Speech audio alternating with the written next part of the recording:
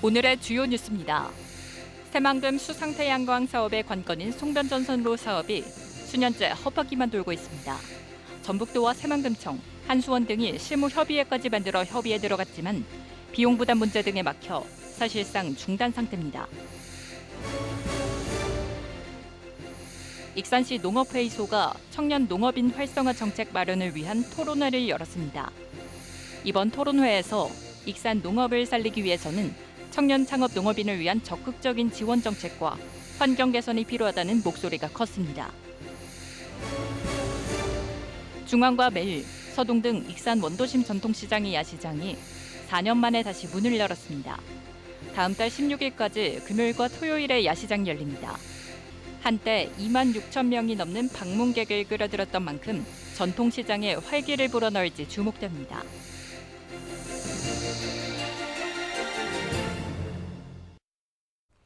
여러분 안녕하십니까? 8월 18일 금요일 종합뉴스입니다.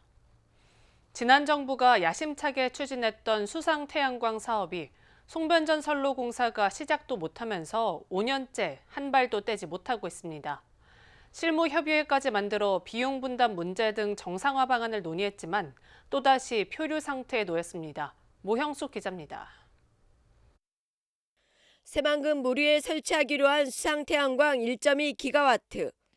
계획대로라면 지난해 전력을 판매하기 위한 기반시설인 송변전선로 공사가 끝났어야 했지만 5년이 지난 지금까지도 착공을 못하고 있습니다.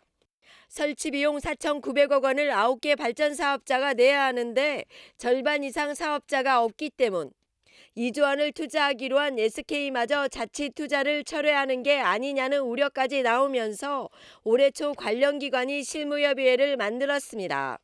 이들 기관은 수상태양광 정상화를 위한 해법을 찾기 위해 한 달에 2차례씩 만나왔지만 2달 전 논의가 중단됐습니다. 이유는 9개 발전 사업자의 공사비 분담 방식 때문입니다. 사업자가 정해진 곳은 한수원과 전북도, SK 등 3곳에 불과합니다. 군산과 부안, 김제도 사업자 선정을 위한 공모를 준비하고 있고 개발청이 선정해야 하는 민간기업 3곳은 오리무중입니다. 이에 따라 각 사업자가 부담해야 하는 사업비 부담액과 방식을 결정하지 못하고 있습니다. 특히 부담 방식을 놓고 의견이 갈리는 상황. 한수원은 인허가와 설계 등에 400억 원을 투입한 상황에서 더 이상 선투자는 어렵다며 사업자가 채워지지 않을 경우 개발청이 지불 보증이라도 서달라는 입장입니다. 새만금청에다 지속적으로 좀 사업자 선정을 좀 빨리 좀 해주라 라고 하고 있는 상황이고, 일단 저희 쪽에서 할 수 있는 것은 인허가라든지 그런 것들은 거의 끝난 상태니까 사업자 선정만 다 되면은 저희들이 이제 바로 착공을 할 수 있는 상황이 되는 거죠. 반면 개발청은 한수원이 300메가와트의 발전 사업권을 가져간 대신 선투자하기로 한 만큼 준공까지 책임져야 한다고 주장하고 있는 것으로 알려졌습니다. 이런 데다 정권교체와 함께 재생에너지 사업 전반에 대한 추진력이 꺾이면서 송변전선로는 더욱 안개 속으로 빠지고 있습니다. 5년째 착공도 못하는 수상태양광 송변전선로. 입장차가 쉽게 좁혀지지 않으면서 답보 상태를 벗어나지 못하고 있습니다. KCN 모형숙입니다. 새만금 국제공항 건설공사 입찰에 세계 컨소시엄이 응찰했습니다. 조달청에 따르면 현대건설과 DLENC, HJ중공업 등 3개 컨소시엄이 입찰 자격 사전심사 서류를 접수했습니다. 최종 적격자는 다음 달 국토교통부의 중앙건설기술심의위원회의 심사를 거쳐 최종 결정될 예정입니다. 새만금 국제공항 건설은 설계와 시공을 일괄적으로 입찰하는 턴키 방식으로 입찰 조건은 도내 건설사 참여와 20% 공공도급 의무화 등입니다. 앞으로 지방의원 해외 출장 심사가 까다로워질지 주목됩니다. 국민권익위원회는 전국 지방의회에 해외 출장과 관련된 심사 생략 기준을 아예 삭제할 것을 권고했습니다. 그동안 3인 미만의 출장이면 사전 심사를 받지 않아도 됐습니다. 또 부당하게 지출된 의원 출장비는 반드시 환수하도록 했고, 이와 관련된 지방의원에 대한 징계 대책도 마련할 것을 주문했습니다. 익산시의회가 홀로그램 산업 육성 지원 조례안을 마련할 방침입니다. 이를 위해 정영미 의원은 오늘 관련 기업 등과 간담회를 가졌습니다. 이 자리에서 지역자원 연계 방안과 홀로그램 지원시설 운영 등 경쟁력 강화 방안이 논의됐습니다. 지난해 말 기준 익산에 들어선 홀로그램 업체는 20곳으로 100여 명을 고용해 474억 원의 매출을 올린 것으로 파악됐습니다. 감사원 새만금 잼버리 감사장이 전북도에 마련됩니다. 감사원은 이례적으로 사회복지감사국 1, 2, 3과 인력 40여 명을 모두 투입해 잼버리 감사단을 구성한 것으로 알려졌습니다. 도는 현장 조사 준비에 착수했으며 도청 3층 중회의실이 감사장으로 활용됩니다. 감사원은 내부 절차를 거치는 대로 신속하게 실지 감사에 착수해 대회 유치부터 준비 과정, 운영, 폐영까지 대회 전반에 대해 감사를 진행할 예정입니다. 새만금 세계 잼버리 조직위가 잼버리 기간 발생한 범죄 피해를 감추려 했다는 지적이 제기되고 있습니다. 안전을 담당하는 세이프 프롬 함 팀에 따르면 대회 6일차까지 심각한 수준의 신고 35건이 접수됐고 300여 건의 관련 상담이 있었던 것으로 알려졌습니다. 하지만 조직위는 다음 날 샤워실 침입 사건 외 추가 피해 신고는 없었다고 밝혀 축소 논란이 일고 있습니다. 한편 전북경찰청에 잼버리 기간 신고된 성 관련 피해는 7건으로 샤워실에 침입한 태국인 송치 외에는 모두 종결 처리됐습니다. 익산시 농업회의소가 청년 농업인 활성화 정책 마련을 위한 토론회를 열었습니다. 이번 토론회에서 청년 창업 농업인을 위한 적극적인 지원 정책과 농촌 환경 개선이 필요하다는 목소리가 컸습니다. 김은서 기자입니다. 하멸 익산시 북부청사 다목적 강당에 청년 농업인들과 농업 전문가들이 머리를 맞댔습니다. 익산시 농업회의소가 마련한 청년 농업인으로 익산에서 행복하게 살아가기 토론회에서 주제 발표와 토론이 뜨겁게 진행됐습니다. 익산 농촌 청년 9,059명 중 청년 농업인은 1,144명으로 7.9%에 불과합니다. 우선 청년 농업인을 늘리기 위해서는 창업농들을 위한 현실적인 지원 정책 도입이 시급하다는 지적이 나왔습니다. 현재 청년 창업농들을 위해서 3년 생활자금 혜택이 주어지지만 농업 수익으로 다시 원금을 상환해야 해 실질적인 도움이 되지 않는다고 주장했습니다. 그런데 창업해서 들어와서 계속 마이너스였는데 의무 기간에 다른 걸로 부수입을 해서라도 이걸 이어가고 싶은데 너무 제약되는 게 많다 보니까 너무 어렵다는 게 이게 좀 그런 그 의무 기간 동안에도 그 기간만이라도 지원금이 없으니까 저희가 따로 부수적인 수입을 함에 있어서는 제한이 조금 풀어졌으면 하는 게 있습니다. 농촌 생활 개선도 필요하다는 의견입니다. 청년 농업인들은 농촌에서의 삶 만족도가 낮아 타 지역으로 이동하는 경우가 많다는 것입니다. 한 농업인은 대중교통 접근성, 보건복지, 교육문화 개선을 통해 청년 농업인들의 농촌 삶 만족도를 향상시켜야 한다고 말했습니다. 결국 청년 농업인을 늘리기 위해서는 청년들 혼자가 아닌 정부와 사회의 적극적인 지원이 요구되고 있습니다. 이런 부분은 청년들 혼자서 해결하는 것이 아니라 청년들의 어떤 조직화 그리고 공공 부분에서의 적절한 지원 이런 것들이 같이 맞물려서 진행될 필요가 있습니다. 지속 가능한 농촌을 위해 다양하고 적극적인 정책이 마련돼야 할 것으로 보입니다. KCN 김은서입니다. 다음 달 1일부터 수업을 방해하는 학생은 분리 조치가 적용됩니다. 교육부는 교사의 교육활동 보호와 정당한 생활지도를 보장하기 위한 학생 생활지도안을 마련했습니다. 안전상, 재산상의 피해가 우려되는 긴급한 상황에서는 학생의 행동을 물리적으로 제재할 수 있게 됩니다. 또 교사와 학부모 간의 상담은 사전 협의를 거쳐야 합니다. 군산시 민원실은 오는 21일부터 웨어러블 캠을 사용합니다. 웨어러블 캠은 영상과 음성을 기록하는 휴대용 장비로 목걸이처럼 착용해 사각지대 없이 촬영이 가능합니다. 시는 공무원이 민원인으로부터 폭언과 폭행을 당하는 사례가 매년 급증해 시청과 읍면동 민원실 등 30곳에서 웨어러블 캠을 사용하기로 했습니다. 공무원은 민원인의 특이사항 발생 시 웨어러블 캠을 착용할 예정입니다. 군산 지역자활센터가 저소득층 40명에게 새 일자리를 마련했습니다. 시에 따르면 군산 지역자활센터는 전북자활기금 등 1억 8천만 원을 투입해 40명에게 생선구이, 발매트 세척, 강아지 간식 등 3개 사업장의 일자리를 제공했습니다. 이들 사업은 전북 광역지역자활센터 컨설팅과 참여자들의 수요조사를 통해 선정됐습니다.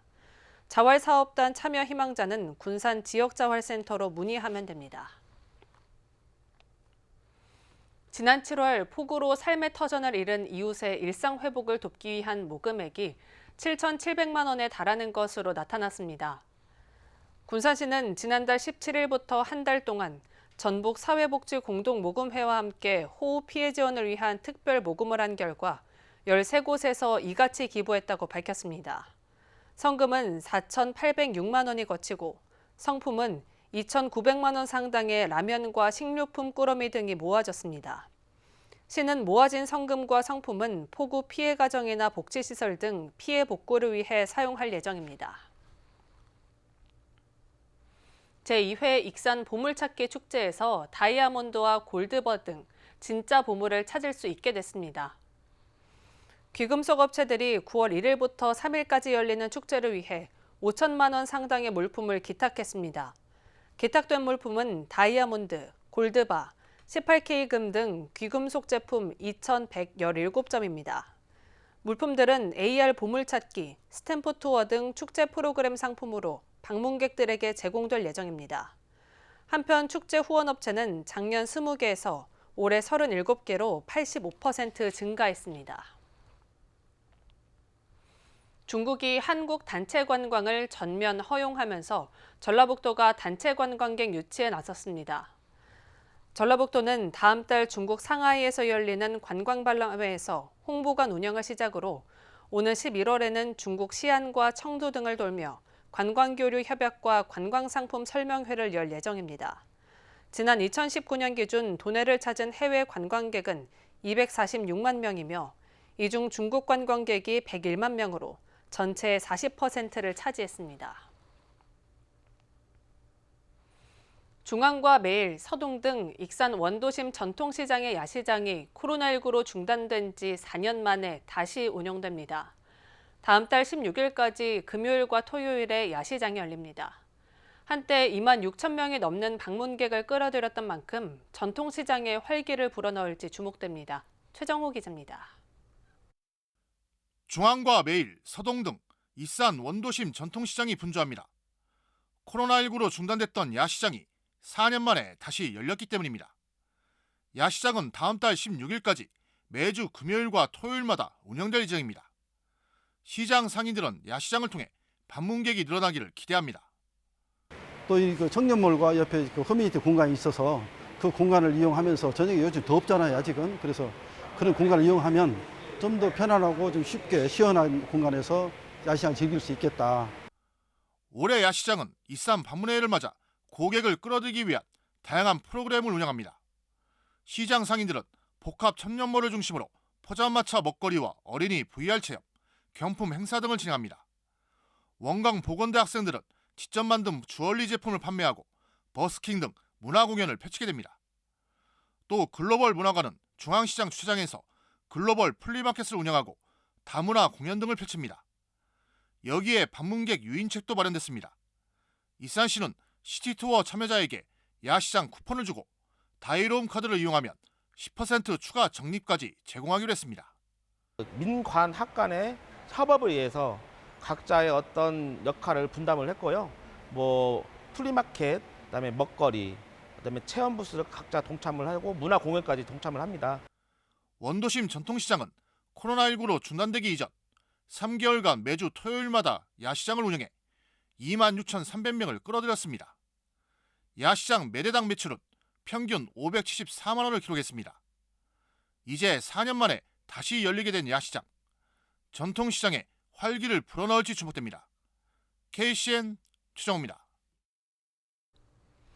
세아제강 군산 공장에서 일하던 30대 노동자가 폭발 사고로 숨진 것과 관련해 중대재해 재발방지책 마련을 촉구하라는 목소리가 높아지고 있습니다.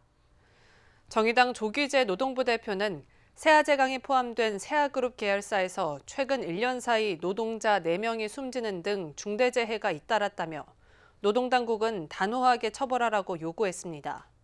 또 민주노총 전북본부는 올해 군산에서 8명의 노동자가 목숨을 잃었다며 대책을 촉구했습니다. 그러면서 고용노동부 군산지청의 느슨한 감독으로 군산에서 산업재해가 잇따르고 있다며 세아제강과 세아베스틸 대표이사를 구속 수사하라고 요구했습니다. 도내에서 스토킹 범죄가 끊이질 않고 있습니다. 전북경찰청에 따르면 지난 2021년부터 스토킹 처벌법이 시행된 이후 현재까지 540건을 수사했습니다. 이 중 사안이 심각한 3건은 구속이 이뤄졌고 전체 수사 건수의 90%는 100m 이내 접근 금지 등 잠정 조치가 내려졌습니다.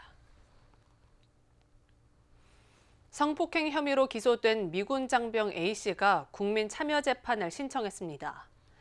전주지법은 다음 달 14일 공판 준비 기일을 열어 A씨의 의사를 다시 묻고 계획을 수립할 예정입니다. A씨는 지난해 7월 군산 미 공군부대 숙소에서 여성을 성폭행한 혐의로 기소됐습니다.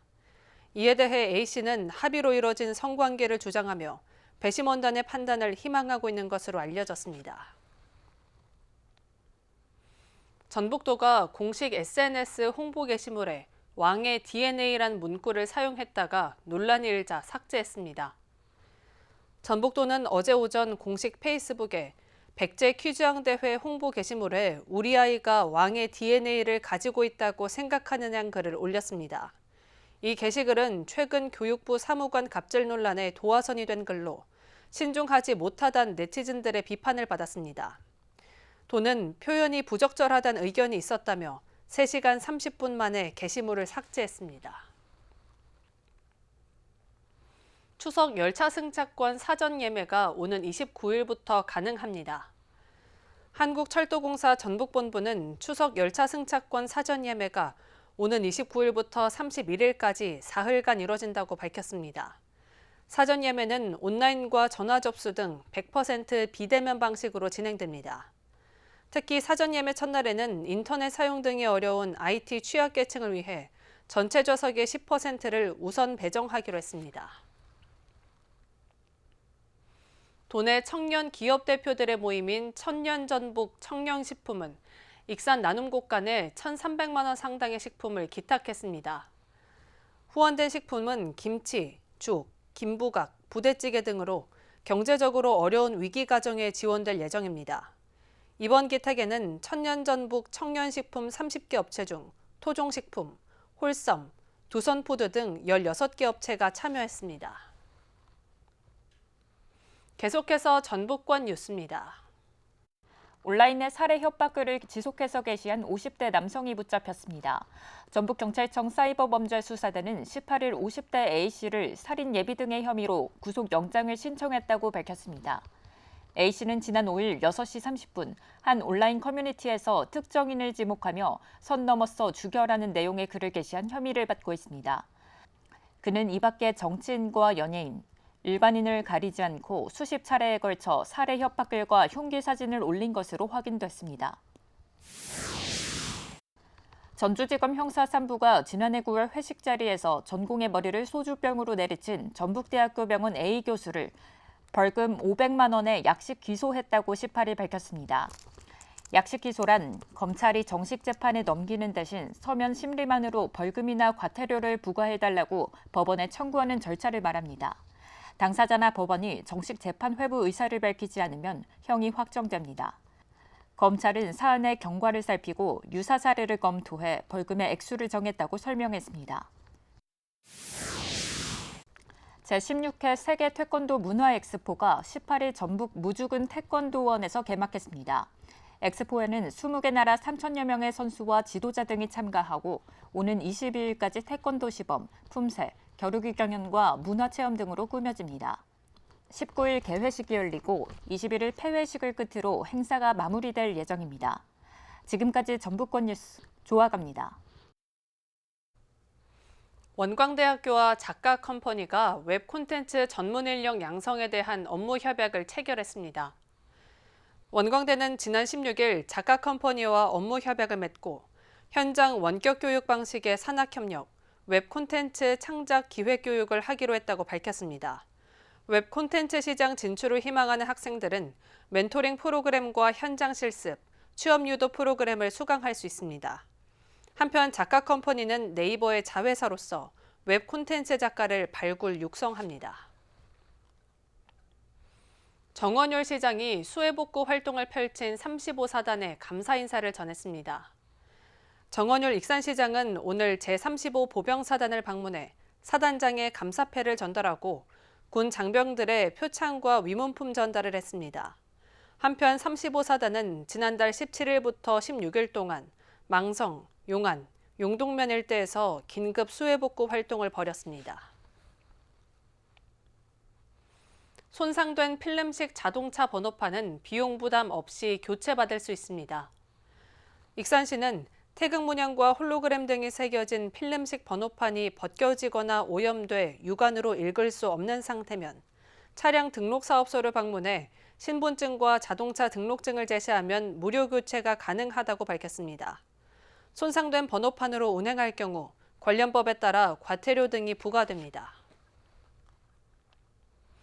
익산시청 펜싱부가 제63회 대통령배 전국 남녀 펜싱 선수권 대회에서 메달 4개를 획득했습니다. 익산시청 펜싱팀은 오늘 폐막한 전국 남녀 펜싱 선수권 대회 겸 국가대표 선수 선발대회에서 메달 4개를 차지했습니다. 남자 앳배 개인전에서 권영준 선수가 금메달을, 여자 사브르 단체전에서 최신희, 조예원, 최수빈, 최지영 선수가 금메달을 획득했습니다. 또 권영준, 정병찬, 양윤진, 구영무 선수가 앳배 단체전에서 은메달, 최지영 선수가 사브르 개인전에서 동메달을 땄습니다. 익산형 일자리를 알리고 성공적인 추진 방향을 모색해보는 포럼이 열립니다. 익산 희망연대는 익산형 일자리 사업 무엇인가를 주제로 오는 22일 익산 공공영상 미디어센터에서 포럼을 연다고 밝혔습니다. 이번 포럼에서는 국내 첫 농식품 상생 모델인 익산형 일자리 사업에 관한 궁금증을 해소하고 성공하기 위해 무엇이 필요한지를 함께 생각하는 시간을 갖게 됩니다. 다음은 우리 동네 소식입니다.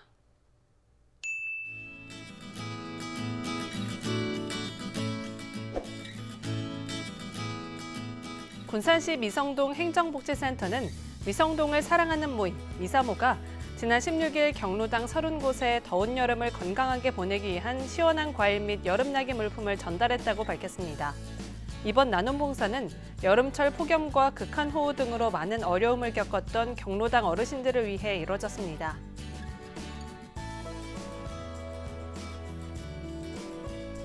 익산문화원이 올해 상반기에 이어 막걸리 빚기 인문학 체험 프로그램을 다음 달 8일부터 매주 금요일 강연 8회와 답사 3회를 진행합니다. 신청 기간은 오는 21일부터 25일까지이고 익산문화원으로 문의하면 됩니다.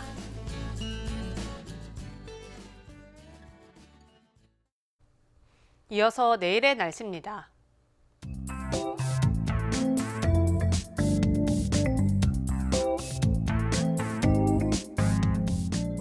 내일 전북은 대체로 맑고 전 지역에 폭염특보가 발효되겠습니다.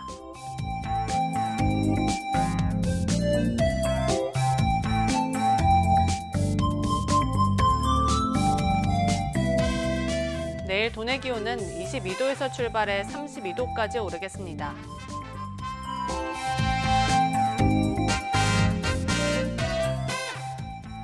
군산은 대체로 맑은 가운데 30도까지 오르겠습니다.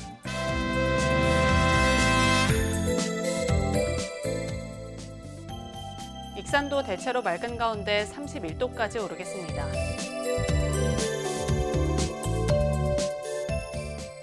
바다의 물결은 서해 남부 모든 해상에서 잔잔하겠습니다. 날씨였습니다.